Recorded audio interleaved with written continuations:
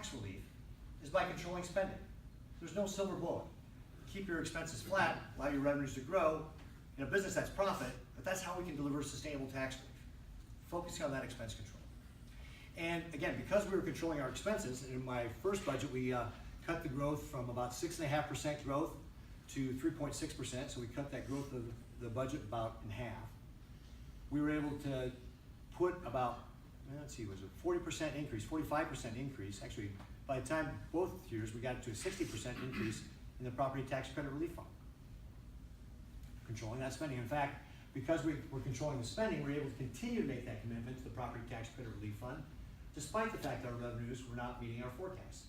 And so over these two budgets, we've delivered over $840 million in direct property tax relief, dollar for dollar tax relief from the state to all property owners in the state through that property tax credit relief fund.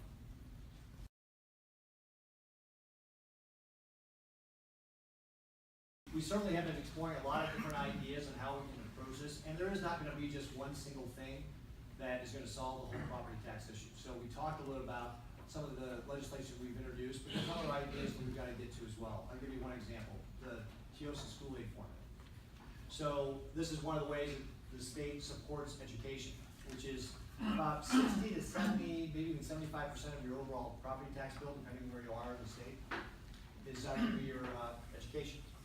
And one of the things that's happened, and it hasn't happened so much for the Scottsbluff schools, which have actually seen their school aid go up, but in other parts of the state, especially our more rural areas where they have a lot of ag land, is that with ag land valuations going up 252%, the way the formula works is it looks at your needs and your resources. Well, it looks like those resources just went up because your ag land valuations just went up.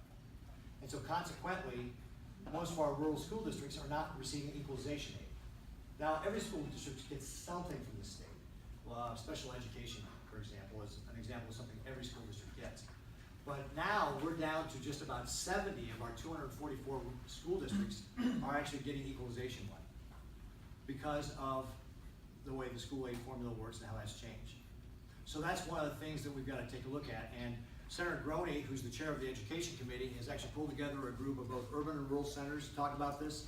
He and I, a couple of years ago, talked about a concept called basic funding, which would mean that the dollars in the equalization formula would go to, at least some of those dollars would go to every student to make it more fair about how those equalization dollars are spread out around the state, so that every kid would get some dollars from that equalization formula from the way the TIOSA formula works. So that's an idea, an example of an idea of some of the ways that we can think about reform of that school aid formula.